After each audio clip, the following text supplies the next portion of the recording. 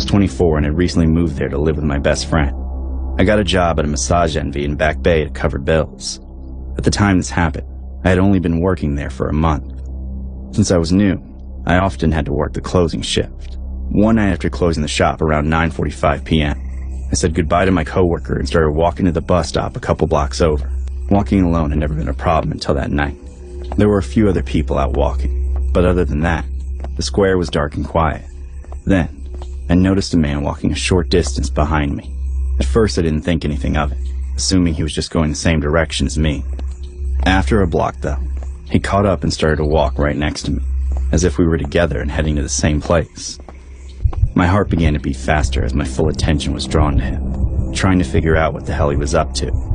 He was a tall white man, wearing a long brown pea coat and gloves. He had a briefcase with him. Nothing about his appearance was all that creepy, but the look on his face was deeply unsettling. For reference, I'm a short African-American female, so I had reason to be afraid he might want to do something to me, and had the physical ability to do it. The longer we walked, the more nervous I got. I was alone. It was dark, and there was no one else around. On top of that, there really weren't any places open to duck into. But I could see the bus stop ahead. It was empty. And even though the buses ran regularly, there was no guarantee how long the bus would take. I dreaded the thought of waiting there alone with him.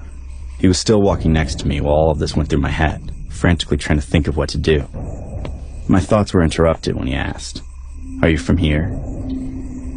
I said I was, but he replied so quickly it was like he knew I was lying. "I have drinks in a hotel room," he said. "I'd love you to come back with me." I declined, trying to be polite, but my hands were already shaking in my pockets.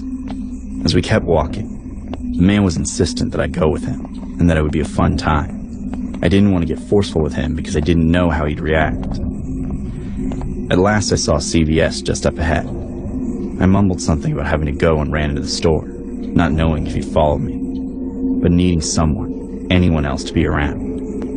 Once in the store, I called my best guy friend. He didn't even live in the city, but I was so scared by this point I couldn't think clearly enough to call the cops or tell the store clerk what was going on. He stayed on the phone with me while I pretended to browse the aisles. For a moment it seemed like the man had lost track of me. But then, as I was turning to go down an aisle, I suddenly came face to face with him. We both stopped and looked at each other, a sinister grin now on his face as I freaked out internally. Still on the phone with my guy friend, I started to make things up about how I would be home and ready to eat dinner soon. I was banking on the hope that if the man heard someone was waiting for me, he would know it would set alarm bells off if I didn't show up. It seemed to work for the moment, as the man walked past me and I continued down the aisle in the opposite direction. I went to wait by the entrance, staring out the window at the bus stop. The CVS was closing in 20 minutes, so if it didn't show up soon, I'd have to go out there and wait by myself. Thankfully, the bus came just a few minutes later. I didn't even look behind me and raced onto the bus. Once I sat down, I looked at the door and tried to force it closed with my mind. But then, my stomach dropped as the man walked in at the last second.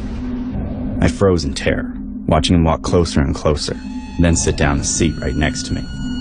The bus drove off, and the next few minutes were the longest of my life. Nothing happened at first, just agonizing stillness. But then I felt him place his hand on my knee. I wanted to cry and scream and take his hand away, but I didn't know what he would do if I did. I just sat there and tried not to lose it. When my stop came up, I pulled the cord and the driver pulled over. The man got out of the seat and motioned for me to walk ahead of him. My whole body was shaking. I didn't know what to do, so I got up and tried to be calm, hoping I could ask the driver to help me. I took 3 steps forward. Then I heard a man call out from behind me saying, "Hey buddy, let me talk to you." I looked over my shoulder, and someone I hadn't even seen sitting in the back of the bus had gotten up and stopped the man by grabbing his shoulder. I didn't have time to think. I took the opportunity to get off the bus. Then I ran into my apartment building. I told my friend about what happened immediately. We were both creeped out by it, and I had a horrible time sleeping that night. I couldn't stop thinking about what that man really wanted to do to me if I actually ended up in his hotel room. I'm glad that CVS was open, and I'm even more thankful to the random stranger who saw what was going on and calmly gave me the out that I needed. If not for them, I don't know how that night would have ended.